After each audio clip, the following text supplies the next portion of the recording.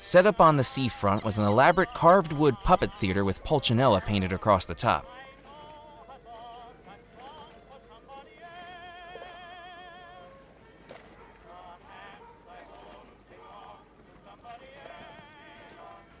I didn't need to set fire to that.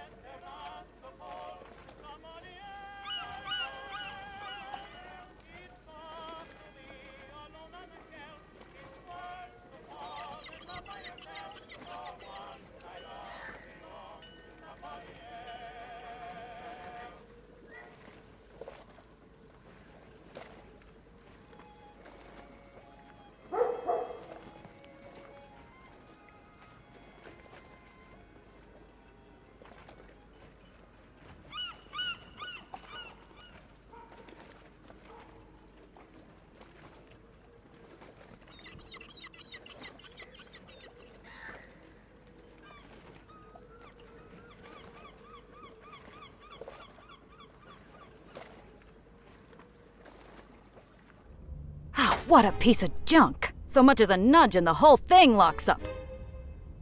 Work, damn you!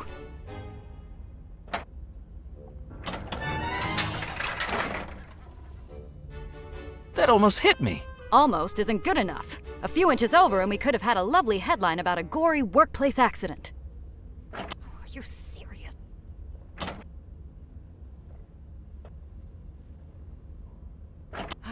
Come on.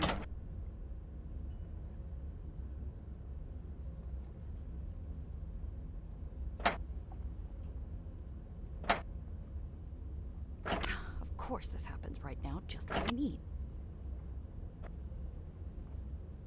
Evelyn was pulling at the jammed printing press with all her might, and with zero success.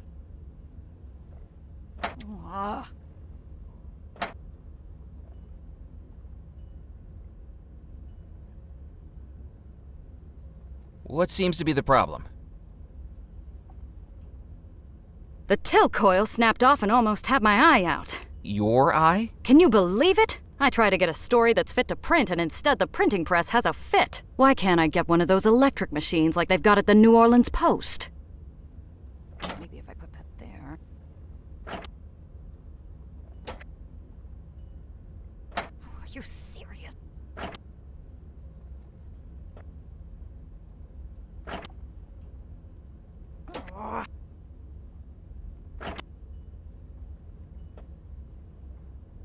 There was no way I was going to get past the newspaper editor to get it. Besides, I didn't know how to operate it.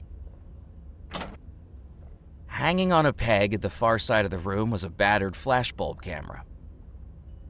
The back wall of the newspaper office was filled with filing cabinets. From the labels on the front, they looked to be archived issues of the Juniper Parish Gazette.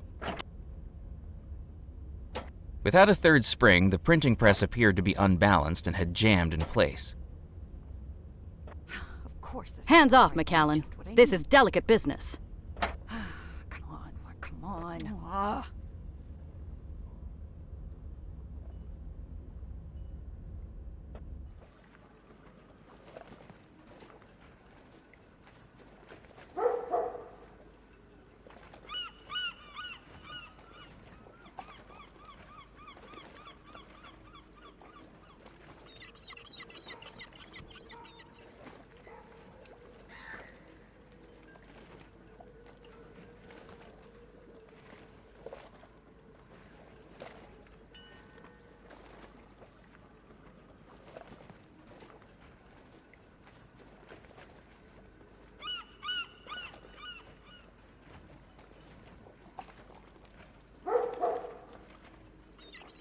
Well, aren't you a sight for sore eyes? I didn't think I'd be seeing you again, Mac.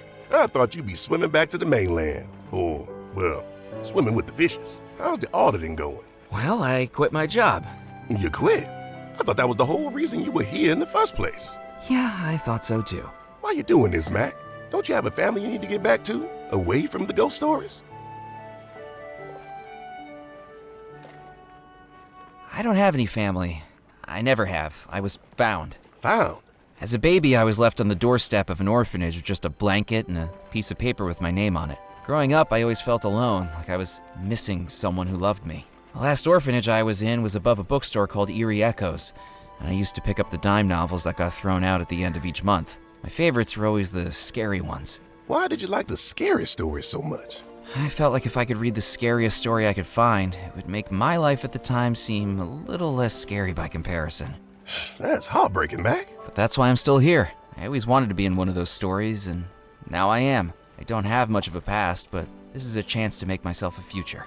Well, I hope you find what you're searching for. But don't say I didn't warn you.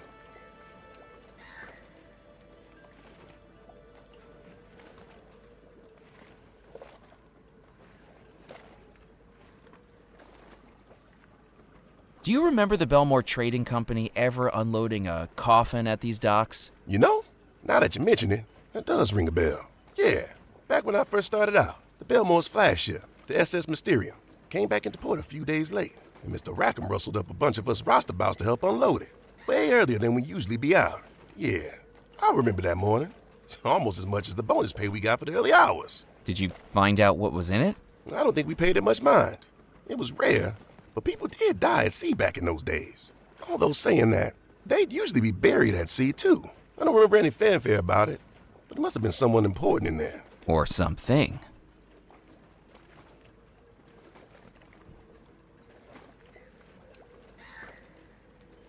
I think I might know what happened at Belmore Manor on the night of the disappearance. I've told you, Mac. I don't want to hear no more about it. But I think I know who the Phantom is. Murphy, don't even say the name. I've seen that aberration once, and that was enough. I saw those faces laughing at me every night for months. I won't go through that again.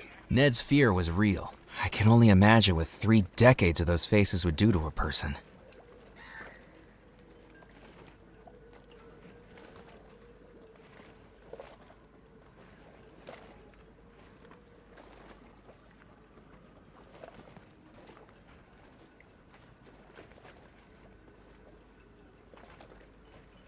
Still fishing? You won't believe this, Mac. Squibb's record was ruled invalid. He was overheard down at Spinelli's bar boasting about how he put ball bearings inside the Pencosa to make it heavier. Can you believe the nerve of some people? The despicable things they'll do. It means I'm right behind you, buddy. Just one lucky catch, and I'll be bumping you down to second place.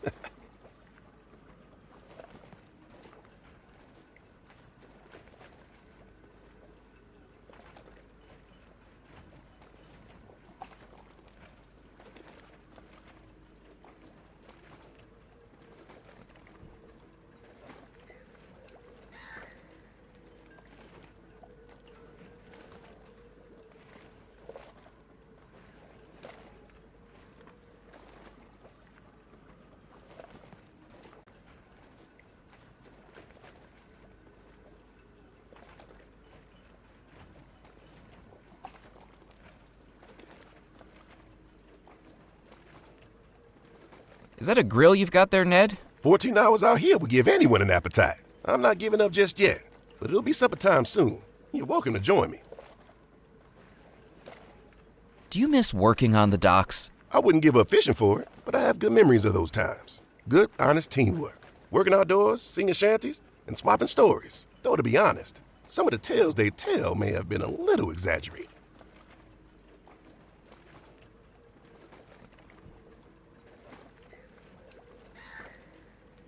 Catch you later, Ned. See you around, Mac. It was a small metal grill currently unlit, just big enough for one fish. The taxidermied fish hung on the dock scales, its weight significantly inflated by the heavy iron horseshoe hidden inside.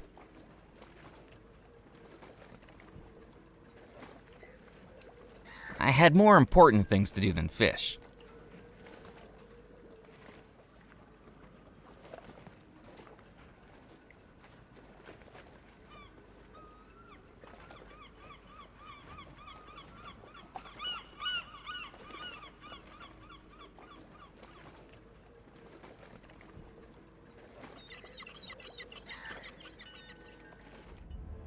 You were built for this.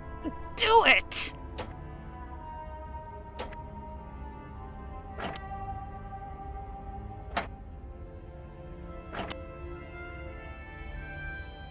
It was a rusty old spring from the Rum Runner's jalopy that still seemed to work. Just.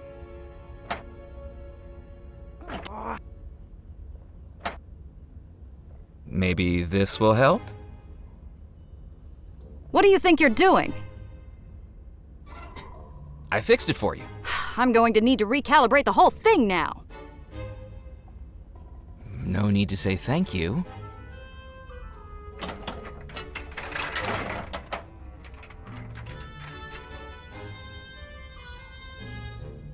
You're lucky.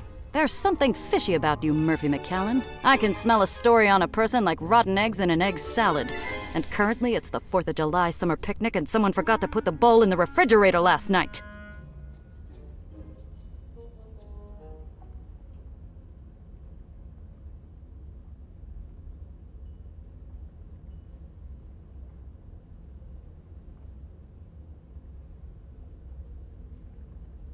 I picked up the freshly printed sheet of paper.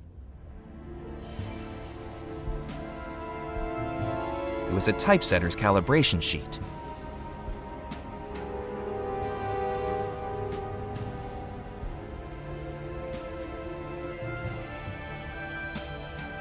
It was a typesetter's calibration sheet.